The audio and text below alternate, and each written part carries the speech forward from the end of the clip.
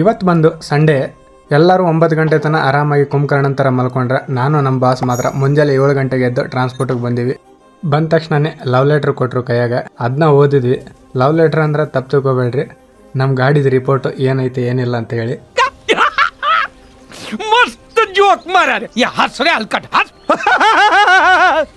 ಅದ್ರ ಹಿಸ್ಟ್ರಿ ಓದಿ ನನಗೂ ಗೊತ್ತಾಯ್ತು ಇವತ್ತು ನಮ್ಮ ಕೈಯಾಗ ಬರೀ ತೆಂಗಿನಕಾಯಿ ಚಿಪ್ಪ ಸಿಗುತ್ತಂತ.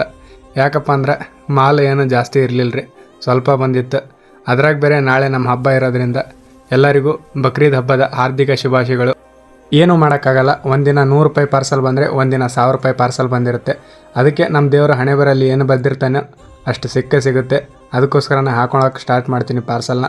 ನಾನು ನಮ್ಮ ತಮ್ಮ ಕೂಡಿ ಫಟಾಫಟ್ ಅಂತ ಲೋಡ್ ಮಾಡ್ಕೊಳೋಗುತ್ತೀವಿ. 4 ಗಾಡಿನೂ ಲೋಡ್ ಮಾಡ್ಕೊಂಡ್ವಿ. ಫಸ್ಟ್ ಪರ್ಶಣ ಸಣ್ಣ ಗಾಡಿ ಇರೋದ್ರಿಂದ ಅವ್ರು ಲೋಡ್ ಮಾಡ್ಕೊಂಡು ಹೋಗ್ಬಿಟ್ರು. ನಾನು ಬಸವಣ್ಣ ಮತ್ತು ನಮ್ಮ ತಮ್ಮ ಕೂಡಿ ಲೋಡ್ ಮಾಡಿಕೊಂಡು ಫಸ್ಟು ಅನ್ಲೋಡ್ ಮಾಡೋಕ್ಕೆ ಬಂದೆ. ಬಂದ ತಕ್ಷಣವೇ ಮೆಡಿಕಲ್ ಬಾಕ್ಸ್ ಇತ್ತು, ಅದನ್ನ ಅನ್ಲೋಡ್ ಮಾಡಿಕೊಂಡು ಹಾಗೆ 30 ಡಾಲ್ಡಾ ಬಾಕ್ಸ್ ಕೂಡ ಇತ್ತು, ಅದನ್ನು ಕೂಡ ಅನ್ಲೋಡ್ ಮಾಡಿದೆ.